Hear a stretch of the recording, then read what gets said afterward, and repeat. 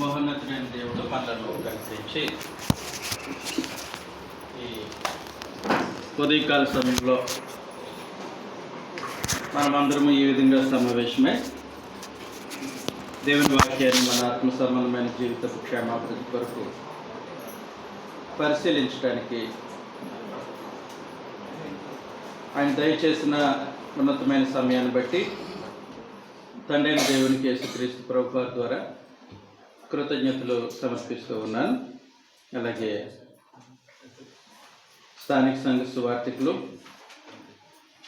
దైవజనులు కృపావరం గారికి, వారి కుటుంబానికి, ఇక్కడ ఉన్నటువంటి స్థానిక సంఘానికి, ఆయా ప్రాంతాల నుంచి వచ్చినటువంటి సువార్థికులందరికీ కూడా ప్రభునామంలో ఉన్నాను తెలియజేస్తూ ఉన్నాను. ఒకసారి ఎఫెసీ ప్రకటన గ్రంథం 2వ అధ్యాయం 1 నుంచి 7 వచనాల వరకు చదువుతాం. ఎఫెసులో ఉన్న సంఘపు దూతకు ఇలాగ వ్రాయము. 7 నక్షత్రములు తన కుడి చేత పట్టుకొని 7 దీపస్తంభముల మధ్య సంచరించువాడు చెప్పు సంగతులు ఏమనగా, నీ క్రియలను, నీ కష్టమును, నీ సహనమును నేను ఎరుగుదును. నీవు దుష్టులను సహింపలేవనియు, అపోస్తులు కాకయే తాము అపోస్తులమని చెప్పుకుని వారిని పరీక్షించి వారు అబద్ధికులని నీవు కనుగొంటివనియు, నీవు సహనము కలిగి నా నామము నిమిత్తము భారము భరించి అలయలేదనియు నేను ఎరుగుదును. అయినను మొదట నీకుండిన ప్రేమను నీవు వదిలితివని నేను నీ మీద తప్పు ఒకటి మోపవలసి ఉన్నది. నీవు ఏ స్థితిలో నుండి పడితివో అది జ్ఞాపకము చేసుకొని మారు మనసు పొంది ఆ మొదటి క్రియలను చేయుము. అట్లు చేసి నీవు మారు మనసు పొందితేనే సరి. లేని ఎడల నేను నీ యొద్దకు వచ్చి నీ దీపస్తంభమును దాని చోటు నుండి తీసివేతును. అయితే ఈ ఒకటి నీలో ఉన్నది, నికోలయితుల క్రియలను నీవు ద్వేషించుచున్నావు, నేను కూడా వీటిని ద్వేషించుచున్నాను. చెవిగలవాడు ఆత్మ సంగములతో చెప్పుచున్న మాట వినుగాక.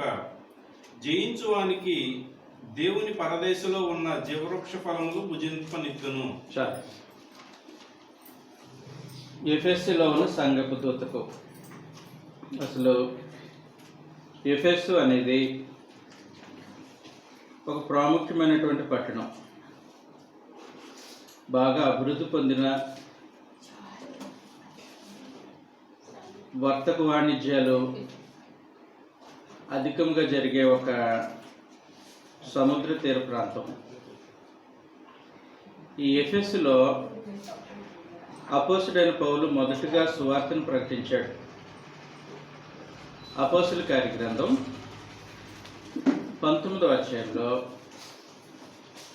అపోస్తుల కార్యగ్రంథం 19వ అధ్యాయం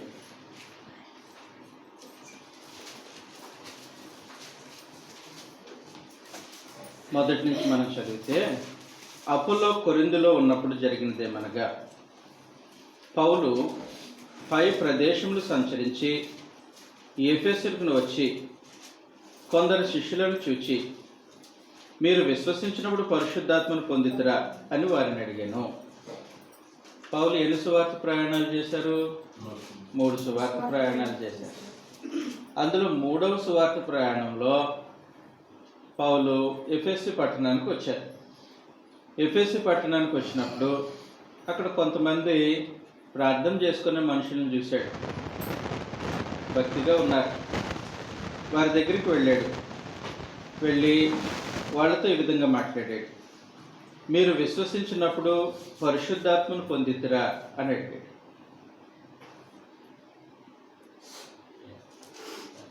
విశ్వాసం ఉంటే బాప్తిస్మంలో పరిశుద్ధాత్మను పరమదేవుడు అనుగ్రహిస్తానని వాగ్దానం చేశారు కదా.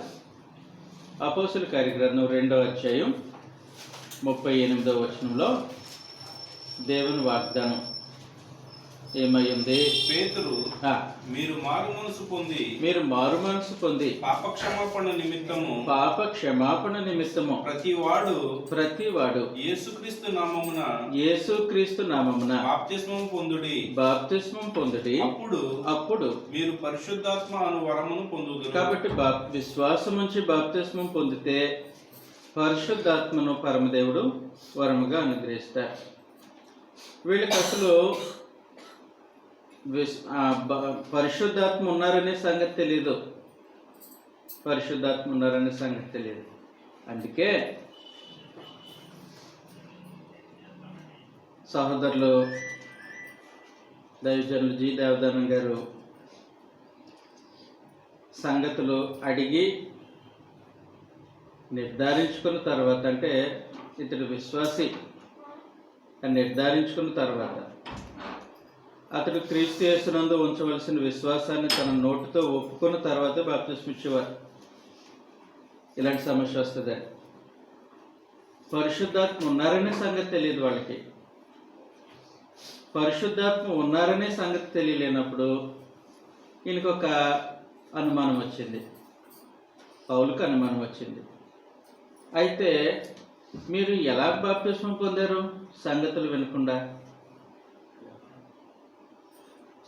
వినకుండా ప్రభువుని యేసునందు విశ్వాసం ఉంచకుండా, ప్రభువుని యేసునందు విశ్వాసం ఉంచితే జరిగే కార్యక్రమాలు, అంటే పరిశుద్ధాత్మను వరముగా అనుగ్రహించే సంగతి, ఇవేమి తెలియకుండా మీరు ఎలా బాప్తిస్మం పొందారు అన్నట్టు. మీరు ఏ విధంగా బాప్తిస్మం పొందారు అని అడిగితే యోహాను బాప్తిస్మం బట్టియే అని అన్నారు. యోహాను బాప్తిస్మము అప్పుడు ప్రసిద్ధి చెందిన బాప్తిస్మం, ప్రత్యేకించి యూదా మతంలో ప్రసిద్ధికి ఎక్కింది బాప్తిస్మం. అది క్రైస్తవ్యానికి సంబంధించింది కాదు. ప్రభువైన యేసునామంలో ఆయన యందు విశ్వాసం చేత బాప్తిస్మం పొందడం అనేది ఆయన మరణించి సమాధి చేయబడి పునరుత్థానం లేచిన తర్వాత అమలు చేయబడింది. అంతకుముందు యోహాను యూదా మతంలో ఉన్నప్పుడు జరిగించిన కార్యక్రమం. అది పాత నిబంధన కాలంలో జరిగింది. అప్పటికి ఇంకా క్రొత్త నిబంధన రాలే. నాకు ఈ సంగతి చెప్పండి. పాత నిబంధన ఎప్పటి వరకు అమల్లో ఉంది? యోహాను కాలంలో ఉంది.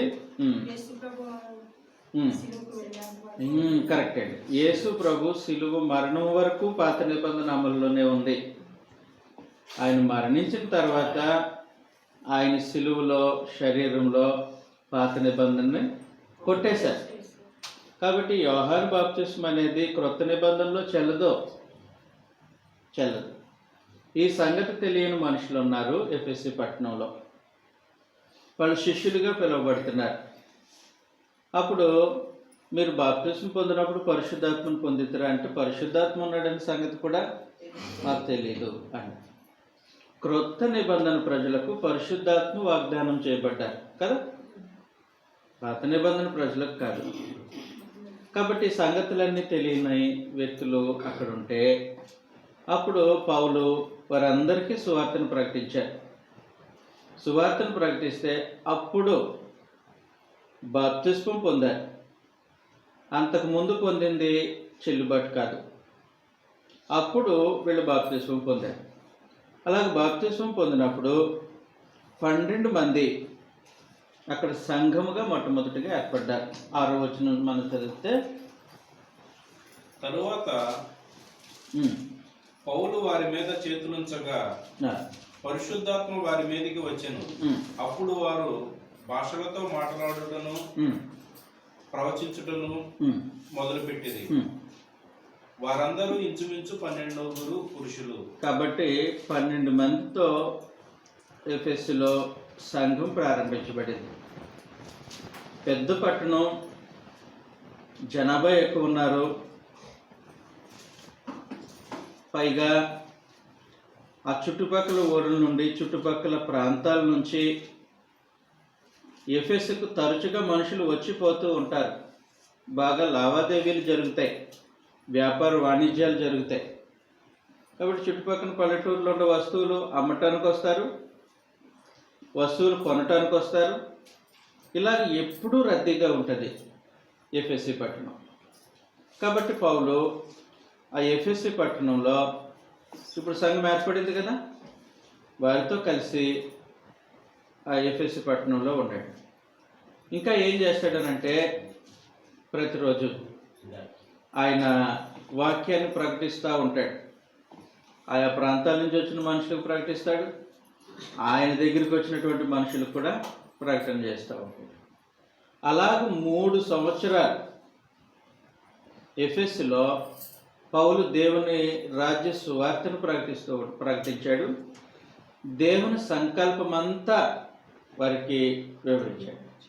అంటే యెరూషలేం కాకుండా, అంత్యోకయ కాకుండా ఎక్కువ సంగతిలో ఎరిగిన సంఘం ఏదైనా ఉందనంటే ఎఫెసీ సంఘం. ఎక్కడికి వెళ్ళినా పౌలు తక్కువ కాలం ఉండేవాడు. ఎఫెసులో 3 సంవత్సరాలు ఉన్నాడు. సంఘ పెద్దలు కూడా ఏర్పడ్డారు అక్కడ. దేవుని సంకల్పం అంతా నేను మీకు వివరించాను అని అంటాడు. ఒకసారి మాట చూద్దాం. 20వ అధ్యాయంలో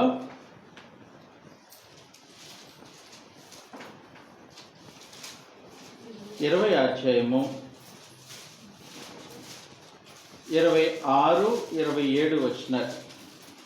కాబట్టి మీలో ఎవరి నాశనము విషయమైనను నేను దోషిని కానని నేడు మిమ్మల్ని సాక్ష్యం పెట్టుచున్నాను. దేవుని సంకల్పమంతయు మీకు తెలుపకుండా నేనేమి దాచుకోలేదు అన్నాడు. కాబట్టి ఎఫెసు పట్టణంలో ఎఫెసులో సంఘానికి పౌలు దేవుని సంకల్పం అంతా వివరించేశాడు. అలాగో ఏర్పడిన ఒక బలమైనటువంటి సంఘం ఎఫెసులో ఉంది. ఎఫెసులో ఇలాంటి సంఘం ఏర్పడిన తర్వాత పౌలు ఎఫెసు పట్టణానికి సంబంధించి ఒక 2 పత్రికలు రాశాడు. ఎఫెసు పత్రిక, తిమోతి మొదటి పత్రిక. ఇవి 2 ఎఫెసుకే వెళ్ళాయి. ఒకటి సంఘానికి పత్రిక, ఇంకొకటి ఎఫెసులో సువార్తికుడిగా ఉన్న తిమోతికి పత్రిక. ఇవి 2 ఎఫెసు పట్టణానికి వెళ్ళాయి. అంతేకాదు, పరమదేవుడు వాటితో పాటు మరికొంత సమాచారం మిగిలిపోయింది, వాళ్ళకి చెప్పాల్సిన సమాచారం. దేవుని సంకల్పం అంతా పౌలు వివరించాడు. పౌలు వివరించిన తర్వాత కూడా ఇంకొంత సమాచారం ఎఫెసీకి అవసరం, ఎఫెసీ సంఘానికి అవసరం.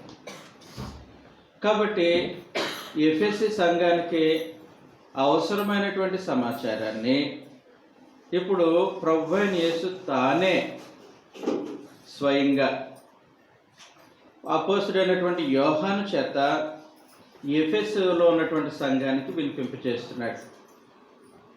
అదే మనం ఇప్పుడు చదివాం. చాలా సంగతులు ఎంత అవసరమో అంత వివరించేశారు అపోస్తలుల ద్వారా ప్రభువైన యేసు. నిన్న క్లాస్కి వచ్చినప్పుడు మనం ఒక సంగతి నేర్చుకున్నాం. ప్రభు ఆయన శరీరధారిగా భూమి మీదకి వస్తున్నప్పుడు ఒట్టి చేతులతో రాలే, ఆయన బోధన పట్టుకొచ్చి అపోస్తులకు అప్పగించారు. అపోస్తుల ద్వారా సంఘానికి అప్పగించారు. అలాగ అప్పగించిన తర్వాత కూడా కొంచెం సమాచారం మిగిలిపోయింది. ఆ మిగిలిపోయిన సమాచారాన్నే ప్రభు ప్రకటనలో సంఘాలకి మరలా తెలియజేస్తూ ఉన్నారన్నమాట. అర్థమవుతుంది కదా. కాబట్టి కొంచెం సమాచారం మిగిలింది ఎఫెసీ సంఘానికి. ఆ సమాచారాన్ని ఇప్పుడు తెలియజేస్తూ ఉన్నారు. చదువుతాము ఇప్పుడు విషయాల్ని. ప్రకటన గ్రంథం 2వ అధ్యాయం 1వ వచనంలో, ఎఫెసులో ఉన్న సంఘపు దూతకు ఇలాగు వ్రాయము. అయితే మీకు ఒక ప్రశ్న రావచ్చు, మిగిలిపోయిన సంగతులు రక్షణకు ఆటంకమా? కాదు. రక్షింపబడటానికి, రక్షణలో కొనసాగటానికి అవసరమైన సంగతులన్నీ ముందు తెలియజేసేశారు. దానిని బట్టి సంఘం ఏర్పడింది. ఇప్పుడు సంఘానికి ఇంకొంచెం సమాచారం అవసరం. ఏం సమాచారం అని అంటే ఏం సమాచారం?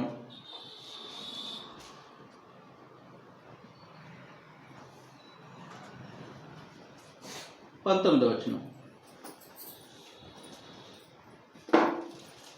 మొదటి అధ్యాయం 19వ వచనం. కాగా నీవు చూచిన వాటిని సమాచారం ఒకటి ఏంటంటే, ఇప్పుడు అపోస్తుడైన యోహాను తన కళ్ళతో, దర్శనంలో తన కళ్ళతో చూసిన సంగతులు, అంతకుముందు చూడలేదు ఇవి, అప్పుడు చూసినవి అన్నమాట. కాబట్టి చూచిన సంగతులు, చూచిన వాటిని, ఉన్న వాటిని, రెండు ఉన్న పరిస్థితులు, సంఘంలో ఉన్న పరిస్థితులు, ఆనాడు సమాజంలో ఉన్న పరిస్థితులు. కాబట్టి ఉన్న సంగతులు లేదంటే ఉన్న వాటిని, వీటి వెంట కలగబో వాటిని. ఇప్పుడు ఉన్నాయి కదా ప్రస్తుతానికి, ఇవే కాదు, వీటి వెంట ఇంకో కొన్ని జరుగుతాయి. కాబట్టి జరగబో వాటిని,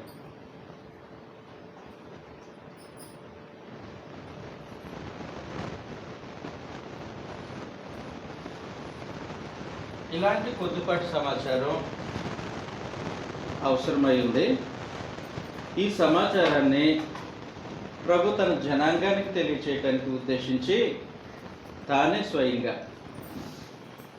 యోహానుకు దర్శనంలో నువ్వు చూచినవి, ఉన్నవి, జరగబోయేవి వరుస పెట్టి రాయి, రాసిన తర్వాత స్థానిక సంఘాలకు పంపించు అని చెప్తున్నాడు అన్నమాట. అలా పంపించమని చెప్పినప్పుడు కొంత సమాచారం ఎఫ్ఎస్సి పట్టణానికి కూడా, ఎఫ్ఎస్సిలోని పరిశుద్ధులకు కూడా పంపిస్తున్నాడు. ఇప్పుడు 2వ అధ్యాయం 1వ వచనం చదువుతాం. ఎఫ్ఎస్సి పట్టణానికి, ఎఫ్ఎస్సి పట్టణంలో మనలాగే ఉన్న ఒక స్థానిక సంఘం, మీ ఊర్లో నెహ్రూ నగర్లో స్థానిక సంఘం ఉన్నాడు. నిన్నటి దినాన్న తాడి చెట్లపాలెంలో స్థానిక సంఘం ఉన్నాడు. అలాగే మా ఊర్లో స్థానిక సంఘం ఉన్నాడు. మన బాప్తిసం ఇచ్చాం కదండి, దయాళ్ నగర్లో స్థానిక సంఘం ఉన్నాడు. అలాగూ ఆయా ప్రాంతాల్లో స్థానిక సంఘాలు ఉన్నాయి. అలాగే ఎఫ్ఎస్సి పట్టణంలో కూడా స్థానిక సంఘాలు ఉన్నాయి. ఆ ఎఫ్ఎస్సిలో ఉన్న సంఘపు దూతకు సమాచారం, ఎఫెసులో ఉన్న సంఘపు దూతకు ఇలాగు రాయము అని అంటే, ఎఫెసులో ఉన్న సంఘపు దూతకు అని అంటే అది కేవలము సంఘములో ఉన్న ఒక వ్యక్తికి సంబంధించింది మాత్రమే కాదు. ఆ సమాచారము సంఘం అంతటికి కూడా, ఏ సంఘం అంతటికి, అంతేకాదు ఈ సంఘాన్ని గురించినటువంటి సమాచారం చదువుతున్న ప్రతి ఒక్కరికి సమాచారం ఎఫెసులోని సంఘపు దూతకు అని. అంటే అందులో ఉన్న ఒక మనిషిగా కాదు, కొన్న సంఘానికి మాత్రమేనా కాదు, బైబిల్ ఉన్నంత వరకు, అంటే భూమి మీద మనుషులు ఉన్నంత వరకు, క్రీస్తు ప్రభు సంఘాలు ఉన్నంత వరకు ఉంటాయి. భూమి ఉన్నంత వరకు, సూర్యుడు ఉన్నంత వరకు సంఘం ఉంటుంది. ఉన్న ప్రతి సంఘానికి ఈ సమాచారం పెడుతుంది. ఏమండి? రైట్. ఎఫెసులోని సంఘపు దూతకు ఇలాగూ రాయము. ఎలాగ రాయాలి సంగతులు చెప్తున్నాడు. 7 నక్షత్రములను తన కుడి చేత పట్టుకొని 7 దీపస్తంభముల మధ్య సంచరించువాడు చెప్పు సంగతులు ఏవనగా, 7 నక్షత్రాలు తన కుడి చేత పట్టుకొని, నక్షత్రాలు భూమి కంటే పెద్దవి, సూర్యుని కంటే పెద్దవి. అలాంటివి 7 నక్షత్రాలు అక్కడ వర్ణించాడు. 7 నక్షత్రాలను తన కుడి చేతిలో పట్టుకున్నాడు. వాస్తవానికి అక్కడ మాట్లాడుతున్న నక్షత్రాలు ఆకాశంలో కనబడే చుక్కల గురించి కాదు. నక్షత్రాలనంటే ప్రభు దృష్టిలో ఒక భావం ఉంది. చదువుతా 1వ అధ్యాయం 30వ వచనంలో, 20వ వచనంలో, నీవు చూచిన ఉమ్, 7 నక్షత్రములను ఉమ్, కూర్చిన మర్మమును ఉమ్. ఆ 7 సువర్ణ దీపస్తంభములు సంగతియు రాయము. ఉమ్. ఆ 7 నక్షత్రములు 7 సంఘములకు దూతలు. అది 7 నక్షత్రములనంటే 7 సంఘములకు దూతలు అన్నాడు అనమాట.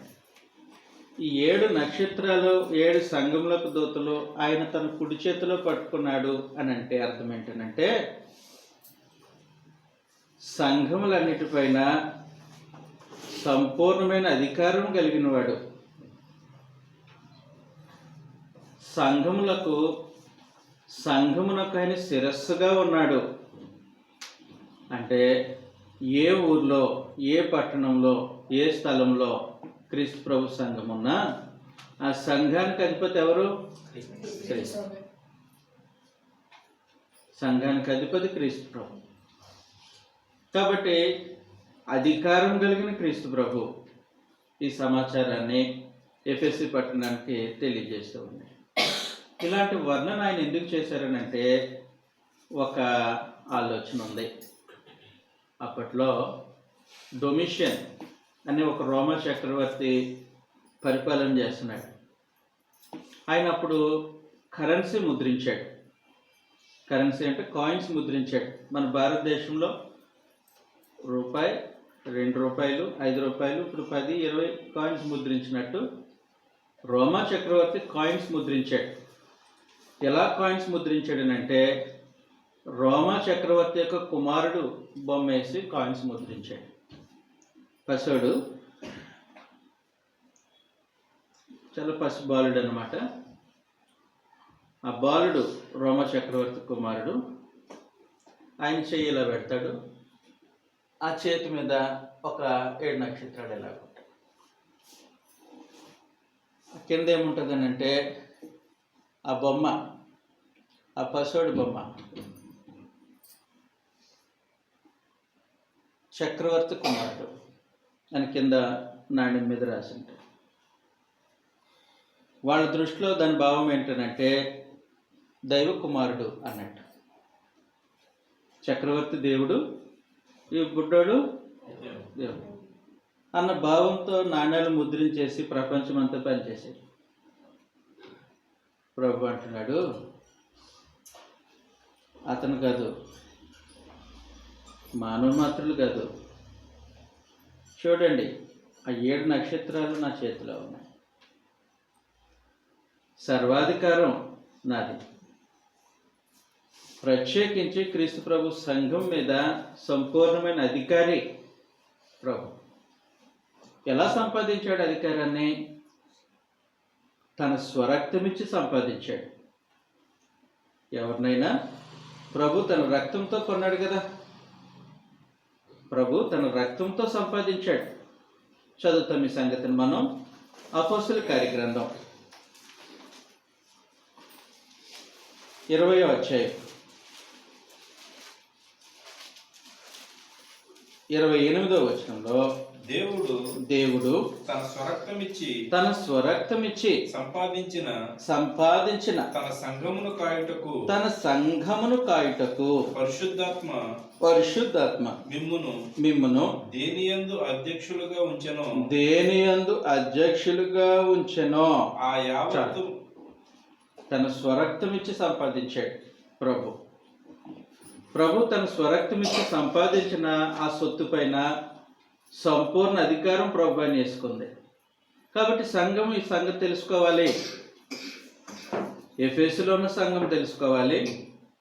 ఎక్కడ క్రీస్తు ప్రభు సంఘం ఉన్నా ఈ సంగతిని గమనించాలి. ఏంటది? సంఘం పైన పరిపూర్ణమైన అధికారము క్రీస్తు ప్రభుది.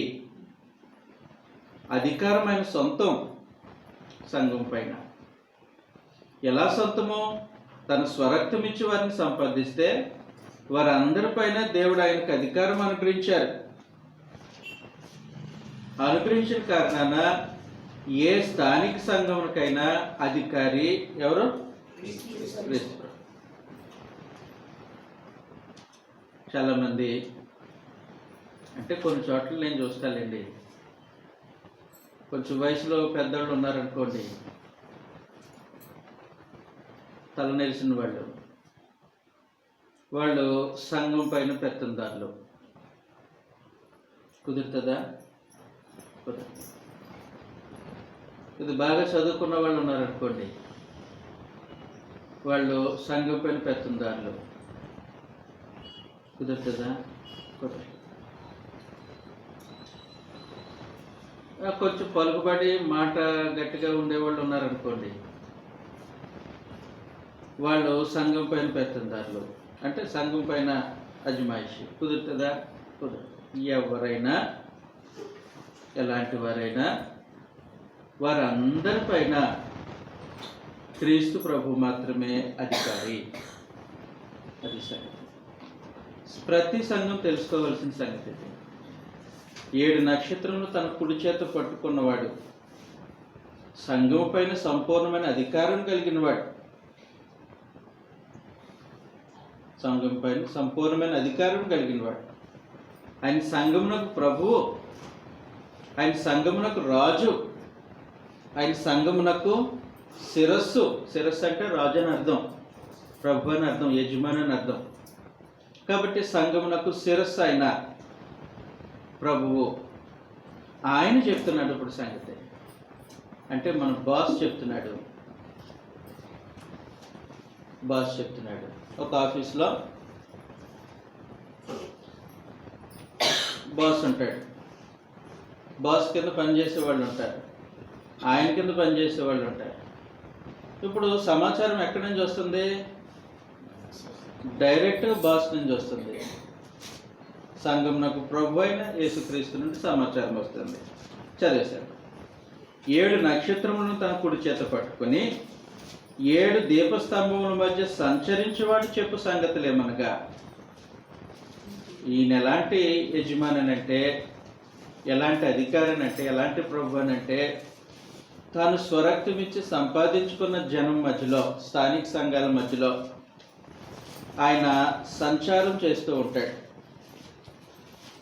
తిరుగుతూ ఉంటాడు, హక్కుగా తిరుగుతూ ఉంటాడు, హక్కుగా తిరుగుతూ ఉంటాడు.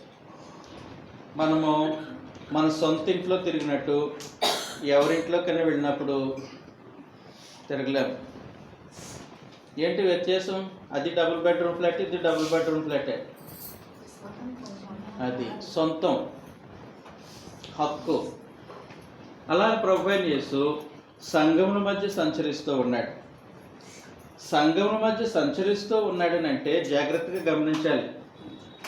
ప్రభువైన యేసు మీ స్థానిక సంఘానికి ఎప్పుడైనా వచ్చారా? వచ్చారా? ఎప్పుడు వచ్చారు? వాస్తవానికి ప్రభువైన యేసు స్థానిక సంఘాల మధ్యలో సంచరిస్తూ ఉంటాడు. ప్రత్యేకించి సంఘ కూడికల్లో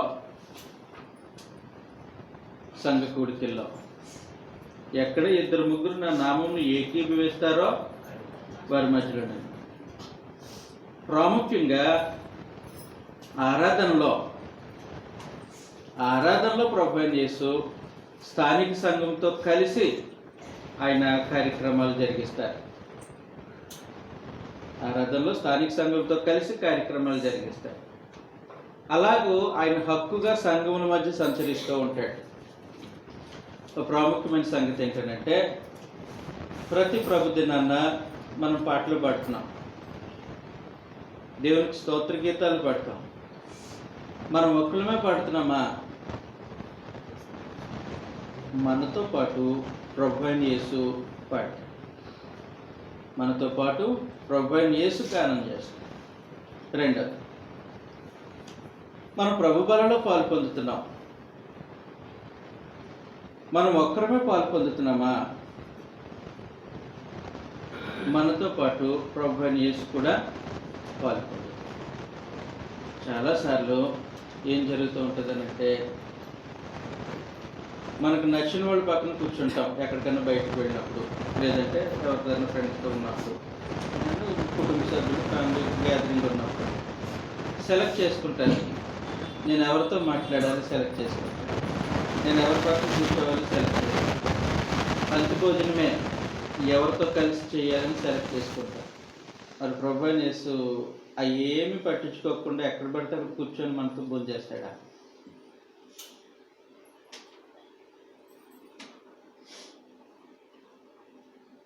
ఆయన కూడా తాను ఎవరితో కలిసి పాటలు పాడుతున్నారో, ఆయన ఎవరితో కలిసి ప్రభు బలలో పాలు పొందుతున్నారో ఆయన పరిశీలన చేయటానికి సంఘముల మధ్య సంచరిస్తాడు. ఆయన పరిశీలన చేస్తాడు, ప్రతి వ్యక్తిని పరిశీలన చేస్తాడు, ప్రతి స్థానిక సంఘాన్ని పరిశీలన చేస్తాడు. అలాంటి హక్కు కలిగి సంఘముల మధ్య సంచరిస్తూ ఉంటాడు ప్రభు అయిన యేసు. మీకు ఒక సంగతి చెప్పాలి. ప్రభు అయిన యేసు స్థానిక సంఘాల మధ్యలో సంచరిస్తూ ఉన్నప్పుడు, ప్రత్యేకించి ఆరాధనలో, ఇది ఇక్కడ బల్ల ఉంది, దీన్ని ఏమని పిలుస్తారు? ప్రభు బల్ల కదా. ప్రభు ఆ రోజు రాత్రి చేసిన భోజనం కాబట్టి ప్రభు రాత్రి భోజనం అంటాం దీన్ని. ఆ రోజు రాత్రి జరిగిన కార్యక్రమాన్ని జ్ఞాపకం చేయడానికి ప్రభు రాత్రి భోజనం. కానీ వాస్తవానికి ఈ బల్ల పేరేంటి? ఈ బల్ల ఎవరిది? ప్రభు బల్ల. ఈ బల్లకు ఒక ఓనర్ ఉన్నాడు. ఎవరు? ప్రభు. అందుకే రొట్టె మనం చేసిన, ద్రాక్షరసం మన చేతులతో కలిపిన మనది కాదు. రొట్టె ఎవరైనా చేసి తీసుకొస్తున్నాం, ద్రాక్షరసం ఏ సహోదరుడిని కలిపి పెడుతున్నారు. కలిపినంత మాత్రాన్ని ఇది మనదవదో. ఈ బల్లకు ఒక హక్కుదారుడు ఉన్నాడు, సొంతగాడు ఒక ఆయన ఉన్నారు, ఆయన ప్రభు బల్ల. అర్థమవుతుంది కదండి. గ్రంథం ఏమని చెప్పిందనంటే 1 కొరింథీ పత్రిక 10వ అధ్యాయంలో,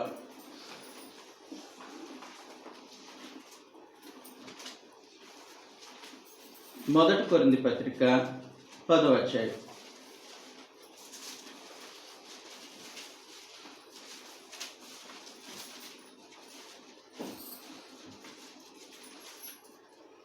20వ వచనంలో నుండి, లేదు కానీ అన్యజనులు అర్పించు బలులు దేవునికి కాదు దయ్యములకి అర్పించు.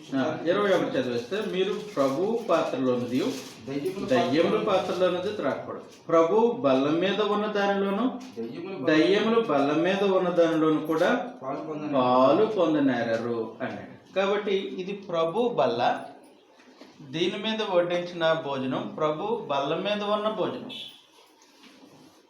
కాబట్టి ఆయన డైరెక్ట్గా ఏం చెప్తున్నాడనంటే, నువ్వు రొట్టె తీసుకొని వచ్చావు కానీ ఈ బల్ల నీది కాదు, నువ్వు ద్రాక్షరసం కలిపావు కానీ బల్ల నీది కాదు. ఆరాధనలు ఏం చేస్తామనంటే, ఒక సహోదరులు ఎవరైనా ప్రభు బల్ల నడిపిస్తారు.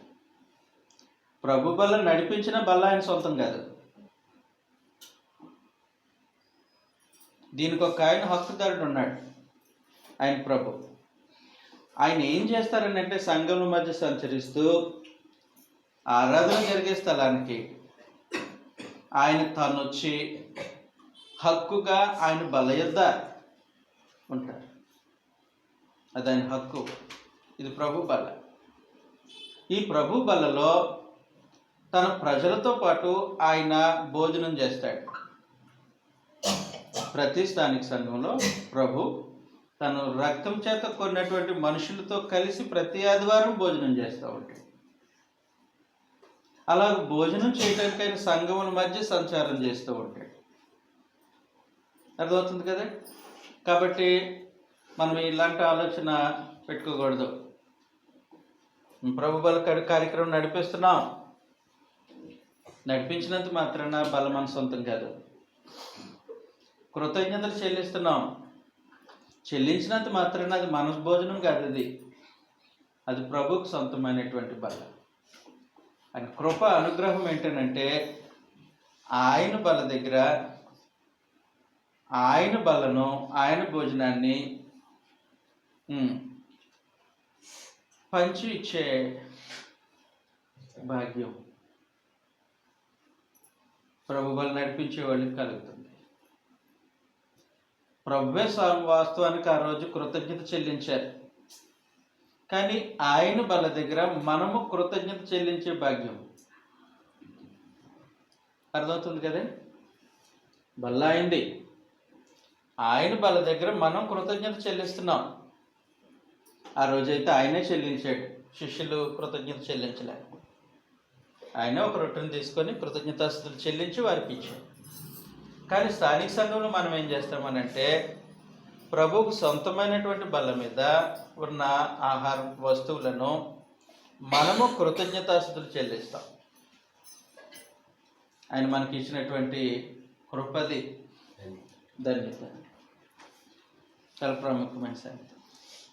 అంతేకాదు, ప్రభు బల్ల దగ్గర మనం పాలు పొందుతూ ఉన్నప్పుడు ఆ బల్ల దగ్గరికి మనల్ని ఆహ్వానించింది ఎవరు? క్రీస్తు ప్రభు ఆహ్వానించాడు మనల్ని. ఈ విశాఖ డిస్ట్రిక్ట్ యొక్క కలెక్టర్ ఎప్పుడు భోజనానికి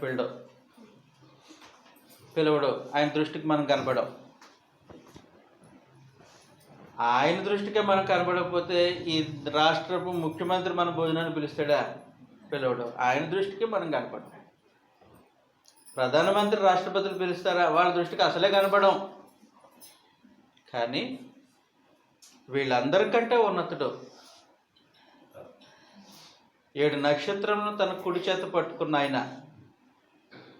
పరలోకమందు భూమి మీద సర్వాధికారం కలిగినటువంటి ప్రభు, ఆయన తన బల్లను ఏర్పాటు చేసి ఆ బల్లలో ఆయనతో కలిసి భోజనం చేయడానికి మనలను ఎంచుకున్నాడనంటే, ప్రతి ఇండివిజువల్ మీద, మనలో వ్యక్తిగతంగా ప్రతి ఒక్కరి మీద ఆయన దృష్టి ఏ విధంగా ఉంటుందో ఆలోచించేయండి.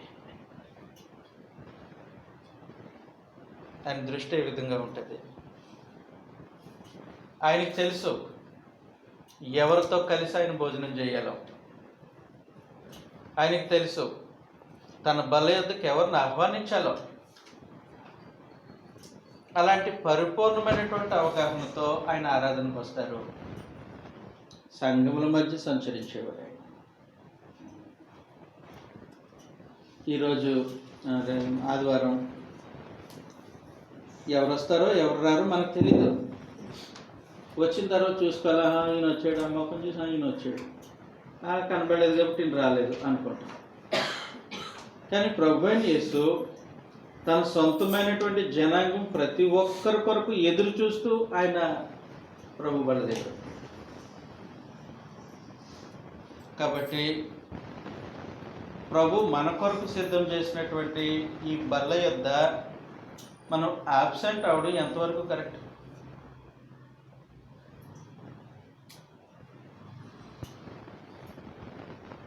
ఎంతవరకు సమంజసం?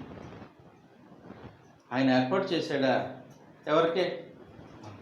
మనలాంటి అంత ఉన్నతుడైనటువంటి ఆయన మన కొరకు బలను ఏర్పాటు చేసి మనతో కలిసి భోజనం చేయడానికి ఆయన సంఘముల మధ్య సంచరిస్తూ ఉంటే, నిర్లక్ష్యంగా ప్రభు బల విషయంలో ఆబ్సెంట్ అవుతూ ఉంటే, ఆయనను ప్రభువుగా మనము నిజంగానే హృదయంలో ప్రతిష్ఠించుకున్నట్ట.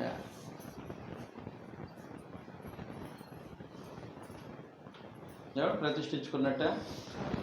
ఆదివారం ఎంత సింపుల్గా మానేస్తారో జనం. మనం మానేసినంత సింపుల్గా మన ప్రభు మానలేడు. మనము పోస్ట్ పోన్ చేసుకున్నంత సింపుల్గా ప్రభు పోస్ట్ పోన్ చేసుకోలేడు. అది ఆయన బలహీనత. వాస్తవానికి అది మన పక్షాన బలం. మనము చెట్టు కింద కూర్చున్నా ఆయన వస్తాడు భోజనం చేయటం. ఏసీ బిల్డింగ్లో కూర్చున్నా వస్తాడు ఆయన భోజనం చేయటం. ఒక పూరు గుడిసెలు ఆరాధన చేస్తున్నా ఆయన వస్తాడు. ఆయన మన మీద వచ్చినటువంటి ప్రేమ లాంటిది. తన ప్రాణము ఎంతగా ప్రేమించారో ఆ ప్రాణం కంటే మనల్ని ఎక్కువగా ప్రేమించాడు. అందువలన తన స్వరక్తాన్ని దారబోసి మనల్ని కొన్నారనంటే తన ప్రాణం కంటే మనం ఎక్కువనే కదా. ఒక వస్తువు కిలో బెండకాయలు 60 రూపాయలు అన్నాడు. పోలుస్తాం. ఏం పోలుస్తాం? ఈ ధరకే ఇది సరిపోతుందా? రూపాయలు ఎట్టుకోవటానికి ఆ క్వాలిటీ ఉందా అని ఎన్నో రకాలుగా చూస్తేనే కానీ మనం కొనం. అలాంటిది ప్రభువైన యేసు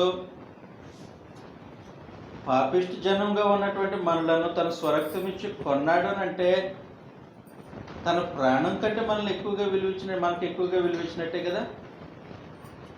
కాబట్టి ఆయన ఏం చేస్తూ ఉంటాడనంటే సంఘముల మధ్య సంచారం చేస్తాడు. తన ప్రాణం కంటే ఎక్కువగా ప్రేమించిన మనుషులతో కలిసి భోజనం చేయడానికి ఆయన వస్తాడు. మనకు పట్టింపు ఉండదు, ఆలోచన ఉండదు. చాలాసార్లు దాన్ని పట్టించుకోము. అందువలన ప్రభు భోజనం అంత ప్రాముఖ్యమైనది. రెండో సంగతి, ప్రభు తన భోజనాన్ని మనం పిలిచినప్పుడు, ఆయన బలలో పాలు పొందడానికి మనం సమావేశమైన ప్రతి ఒక్కరి యొక్క అంతరంగాన్ని ఆయన చూస్తాడు. ప్రతి ఒక్కరి యొక్క అంతరంగాన్ని ఆయన చూస్తాడు. వచ్చిన వ్యక్తి ఎవరు, ఏ పరిస్థితిలో వచ్చాడు, నాతో కలిసి భోజనం చేస్తున్న ఈ మనిషి ఎవరనంటే ఆయనకి తెలుసు. ఎలాంటి పరిస్థితుల్లో ఉన్నాడో ఆయనకి సంపూర్ణంగా తెలుసు. అందువల్ల ప్రకటన గ్రంథంలో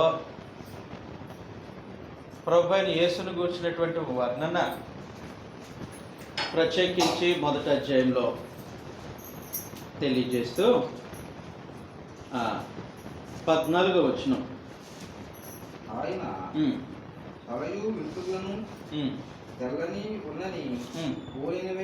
తెల్లని ఉన్నని పోలినవై హిమమంత ధవళముగా ఉండెను. ఆయన నేత్రములు అగ్ని జ్వాలల వలె ఉన్నాయి. ఆయన కళ్ళు అగ్ని జ్వాలలుగా కళ్ళు ఏం చేస్తాయి? అగ్ని జ్వాలల వంటి కళ్ళు ప్రతి మనిషి యొక్క హృదయాన్ని, అంతరంగాన్ని పరిశీలన చేస్తాయి. ఆయనతో కలిసి కూర్చున్నాం భోజనం బాల దగ్గర. ఆ స్టేటస్ కాదు వాస్తవానికి. ఆ స్టేటస్ కానీ మనుషులను తీసుకొని వచ్చి ఆయనతో కలిసి భోజనం చేయడానికి సమావేశపరిచారు. కూర్చున్న తర్వాత ఆయన ఆహ్వానించినటువంటి మనుషులు ఎలాంటి మనసు కలిగి వచ్చారు, వారి హృదయం యొక్క పరిస్థితి ఏంటి, వారి అలవాట్లు ఏంటి, వాళ్ళ వ్యవహారం ఏంటి, పూర్తిగా ఎరిగిన ప్రభుతో కలిసి భోజనం చేస్తున్నాం. పూర్తిగా ఎరిగిన ప్రభుతో కలిసి భోజనం చేస్తున్నాం. అందుకే అంటాడు ఆయన, విమర్శ చేసుకోండి, మిమ్మల్ని మీరే పరీక్షించుకోండి. నాకు తెలుసు నువ్వేంటో, నీ బలమేంటో నాకు తెలుసు, నీ బలహీనత ఏంటో నాకు తెలుసు, నీ హృదయం ఆలోచన ఏంటో తెలుసు, హృదయంలో ఉన్న మంచి ఏంటో తెలుసు, చెడు ఏంటో తెలుసు.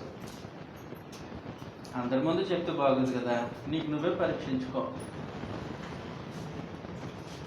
కోరకనే రాలేదు, నాతో కలిసి భోజనం చేయడానికి వచ్చావు. ఎలాంటి వ్యక్తి ముందు కలిసి కూర్చొని భోజనం చేస్తున్నావు? పరిశుద్ధుడు, నిర్దోషి, నిష్కల్మషుడు, పాపుల్లో చేరకుండా ప్రత్యేకంగా బ్రతికిన ప్రభుత్వం చేసి పైనుండి క్రింద వరకు తెల్లని వస్త్రం, తన తల వెంట్రుకలు కూడా ఉన్ని వలె తెల్లగా ఉన్నాయి. అది ఆయన పరిశుద్ధతకు, పవిత్రతకు సింబల్. అలాంటి ప్రభువుని యేసుతో కలిసి భోజనం చేయడానికి ఆయన డైనింగ్ టేబుల్ దగ్గర కూర్చున్నాం.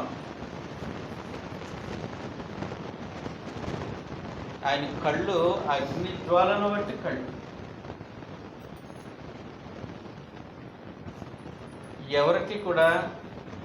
ఎవరి గురించి కూడా ప్రభువుని యేసుకు ఈయన ఇలాంటి వాడండి అని చెప్పనవసరం లేదు. యోహాను సువార్త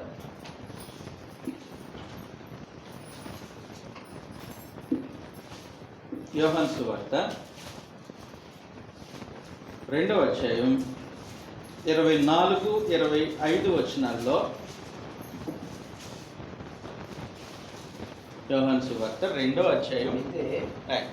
యేసు అందరినీ ఎరిగినవాడు కనుక ఉమ్, ఆయన తన వారి వశము చేసుకోలేదు. ఉమ్, ఆయన మనుషుని ఆంతర్యాన్ని ఎరిగినవాడు ఉమ్. కనుక ఎవరనూ మనుషుని గురించి ఉమ్. ఆయనకు సాక్ష్యం ఇయ్యనక్కర్లేదు. ఆయన మనుషుని యొక్క ఆంతర్యాన్ని ఎరిగినవాడు. మనుషుని యొక్క ఆంతర్యాన్ని ఎరిగిన ప్రభుతో కలిసి మనం భోజనం చేస్తున్నాం.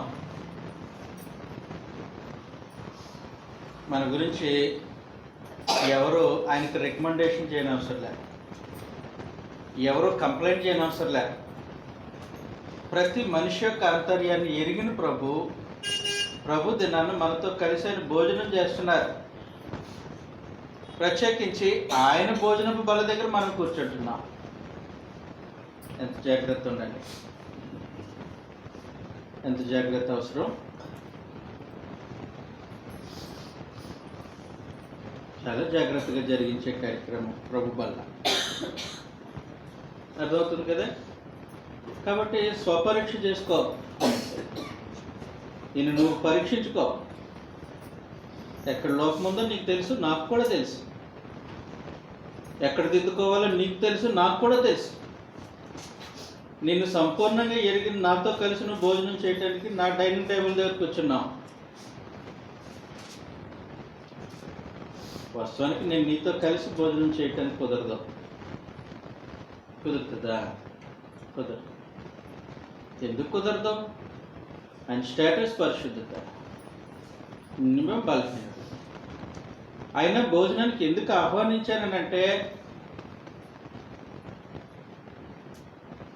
ఆహ్వానించానంటే ఒకసారి పరీక్షించుకొని మార్చుకోవడానికి, పరిశీలించుకొని దిద్దుకోవడానికి. కాబట్టి ప్రభు అయిన యేసు తన బల యొద్ద ఆయనతో కలిసి భోజనం చేయటానికి మనలను ఆహ్వానిస్తూ ఉన్నాడు. సంఘముల మధ్య సంచరిస్తూ ఉన్నాడు. మూడో సంగతి, ఆయన నేను నాన్న, అమ్మ, ఒక 4 పిల్లలు కలిసి భోజనం దగ్గర కూర్చున్నారు. ఆ పిల్లలు ఒకరికొకరికి పడట్లే,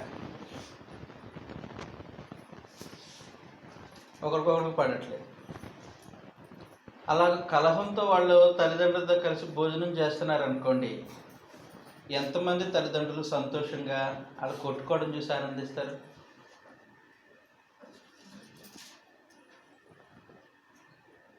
వాళ్ళు కొట్టుకోవడం చూసి ఆనందిస్తారు? చెప్పండి. సంతోషించడం, ఆనందించడం. ప్రభువైన యేసు తన స్వరక్తం ఇచ్చి సంపాదించుకున్నటువంటి మనుషులతో కలిసి ఆయన భోజనం చేస్తూ ఉన్నప్పుడు వాళ్ళ మధ్యలో భేదాభిప్రాయాలు, కక్షలు, విమతములు ఉంటే ప్రభు సంతోషంగా ఆ భోజనాన్ని ముగిస్తారా?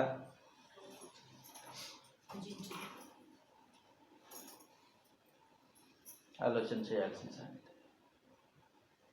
కొరింథీ పట్టణంలో సమస్య అది.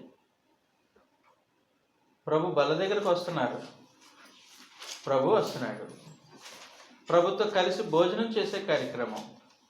కానీ వచ్చిన వాడు సరిగా లేదు. పరిశుద్ధపరచబడిన వారే, ప్రభు తన స్వరక్తం ఇచ్చి సంపాదించుకున్న మనుషులే. ప్రభు వారిని శుద్ధీకరించారు, పరిశుద్ధపరిచారు, వాళ్ళను ఆహ్వానించారు. ప్రభు కూడా వారితో కలిసి భోజనం చేయటానికి సిద్ధపడ్డారు. కానీ వచ్చిన వాళ్ళల్లో కక్షలు ఉన్నాయి, భేదాభిప్రాయాలు ఉన్నాయి, ఏక మనసు లేదు, ఏక అభిప్రాయం లేదు, ఏకభావం లేదు. అలాంటి మనుషులు వచ్చి ప్రభుతో భోజనం చేయటానికి కూర్చుంటే ఆయన సంతోషిస్తాడా? సంతోషించడు. చాలా ప్రాముఖ్యమైనటువంటి సంగతి స్థానిక సంఘాల్లో. ఒకసారి మనం చదువుతాం. మొదటి కొరింథీ పత్రిక మొదటి అధ్యాయంలో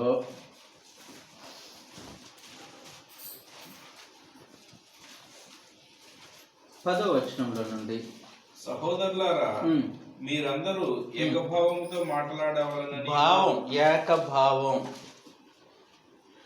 ఏకభావం అంటే అర్థమేంటి సార్? ఒకే మాట, ఒకే ఒకటే ఆలోచన, అందరిది ఒకటే భావం, ఒకటే అభిప్రాయం.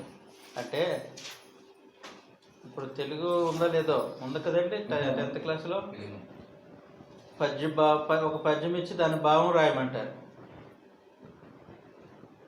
వైజాగ్లో రాసిన, రాజమండ్రిలో రాసిన, ఒంగోలులో రాసిన భావం ఒకటే అయ్యి ఉండాలి ఆ పద్యానికి, అప్పుడే మార్కులు పడతాయి. మా ఊర్లో ఒక భావం, మీ ఊర్లో ఒక భావం ఉండదు. ఏకభావంతో మాట్లాడాలి అండి. ఏకభావంతో మాట్లాడాలంటే సంఘంలో ఎంతమంది ఉన్నా, ఒకవేళ ఇద్దరున్నా 100 మంది ఉన్నా, వారు ఏకభావంతోనే ఉండాలి. వాళ్ళ భావం ఒకటే ఉండాలి. అది ప్రభు కోరుకుంటుంది. ఆయన బల్ల యొద్ద భోజనం చేసేవారికి ఏకభావం ఉండాలి. ఏకభావం ఉండాలి. ఏకభావం ఉండాలని అంటే ఒక సహోదరుడు ఇంకొక సహోదరుడు, ఒక సోదరి ఇంకొక సోదరి ఎంతగా అర్థం చేసుకొని ఉండాలో.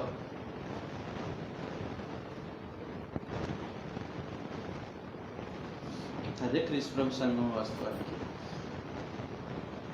ఏకభావంతోనూ మీలో కక్షలు లేక ఏక మనస్సుతోనూ ఏక మనస్సుతోనూ ఏక తాత్పర్యంతోనూ ఇదిగో ఏక తాత్పర్యంతోనూ మీరు సన్నద్ధులై ఉండవలనని మన ప్రభు అయిన యేసుక్రీస్తు పేరిట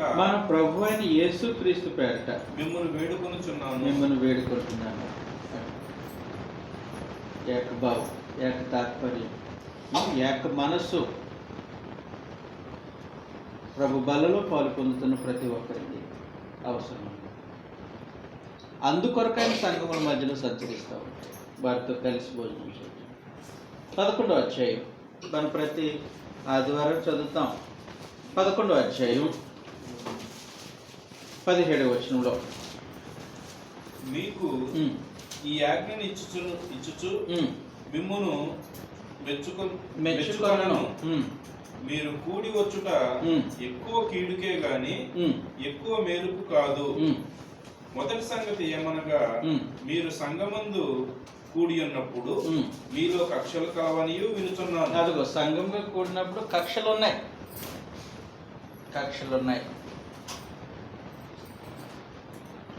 సహోదరుల మధ్యలో కక్షల, అది కూడా ప్రభు బల దగ్గర.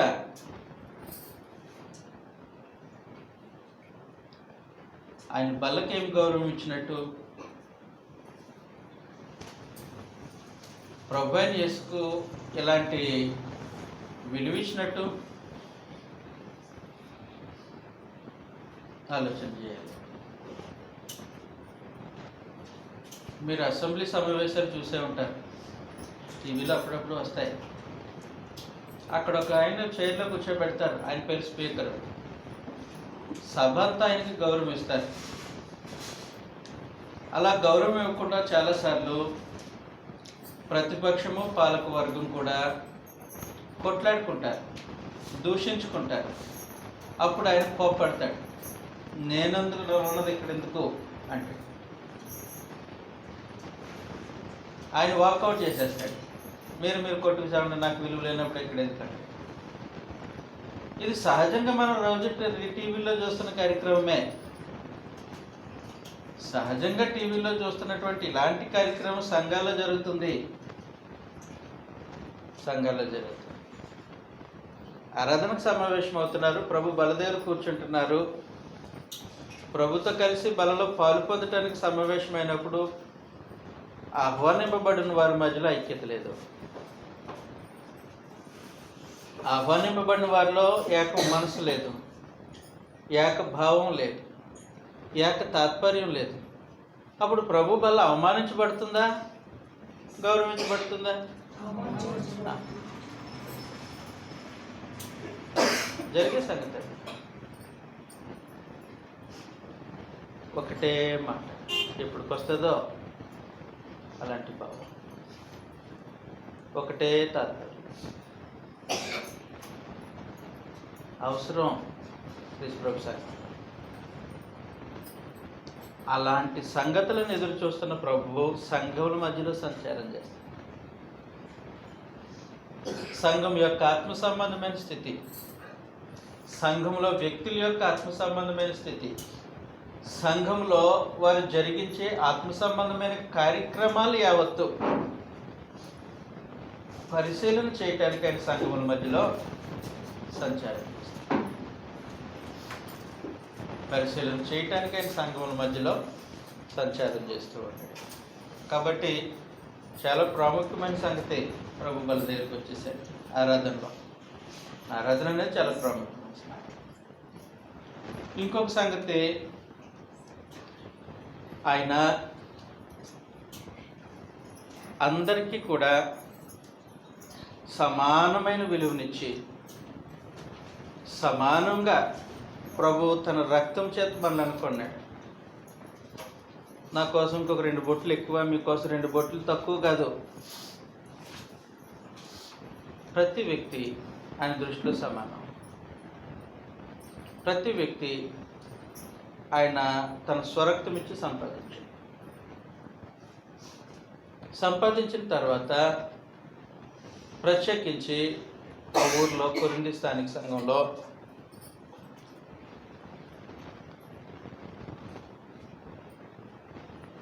ధనవంతులు, పనివాళ్ళు అని వ్యత్యాసం ఉంది. యజమానులు, సేవకులు అని వ్యత్యాసం. ప్రభురాత్రి భోజనంలో పాలు పొందడానికి వస్తున్నాడు యజమాని, నేను యజమానుణ్ణి అని భావం. అదే ప్రభురాత్రి భోజనంలో పాలు పొందడానికి వస్తున్నాడు ఒక దాసుడు, తను దాసుడినని ఆలోచన. అవన్నీ బయట.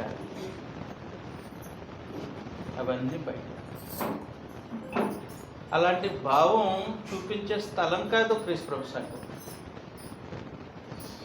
అలాంటి ఉద్దేశాలను కనుపరిచే చోటు కాదు ఆరాధన. కాబట్టి కొరింథీ సంఘంలో దాసులు, స్వతంత్రులు కలిసి ఆరాధన చేయడానికి వచ్చినప్పుడు వాళ్ళ మధ్యలో భేదాభిప్రాయాలు ఉన్నాయి. బ్రదర్ వచ్చి ఇక్కడ కూర్చోండి అన్నది పని చేసి నా పక్కన కూర్చోబెడితే పెట్టండి. భేదాభిప్రాయం. నేను యోగ్యుడిని, అతను తక్కువవాడు. చదువులో యోగ్యుడు కావచ్చు, పలుకుబడిలో యోగ్యుడు కావచ్చు, ధనంలో యోగ్యుడు కావచ్చు. ఇలాగ లోక సంబంధమైనటువంటి అనేక సంగతుల విషయంలో శరీరానుసారమైనటువంటి మనసు కలిగి యోగ్యతను ఎంచుకోవటానికి ఒకరు తక్కువ చూపు చూడటం, ఒకరు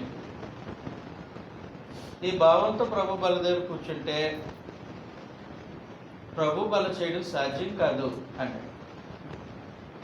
అంటే అర్థమేంటి? ఇది నా బల కాదని చెప్పి ప్రభు వెళ్ళిపోతాడు. అది సార్, మనం తింటాం, మనం త్రాగుతాం, ప్రభు యొక్క ప్రజెన్స్ అక్కడ. కాబట్టి ప్రభురాత్రి భోజనం చేయడం సాధ్యం కాదు అని చెప్పేసాడు. అలాంటి ప్రతి సంగతిని క్షుణ్ణంగా పరిశీలించడానికి ప్రభు ఆయన ఏం చేస్తూ ఉంటారంటే సంఘముల మధ్యలో సంసారం. ఆ పరిస్థితుల కొరకు సంఘముల మధ్యలో ఆయన సంచారం చేస్తూ ఉంటాడు. కాబట్టి ఎఫెసీ సంఘానికి ఆయన చెప్తున్నాడు, 7 నక్షత్రములను చేతపట్టుకొని మీ మీద సంపూర్ణ అధికారం నాది. 7 దీపస్తంభముల మధ్య సంచరించేవాడు, మిమ్మల్ని పరిశీలనగా తెలుసుకోవటం, మీ మధ్యలో నేను సంచారం చేస్తాను అని పరిచయం చేసుకున్నాడు. పరిచయం అయింది. బ్రేక్ తీసుకుందాం. మిగిలిన సంగతిని మళ్ళా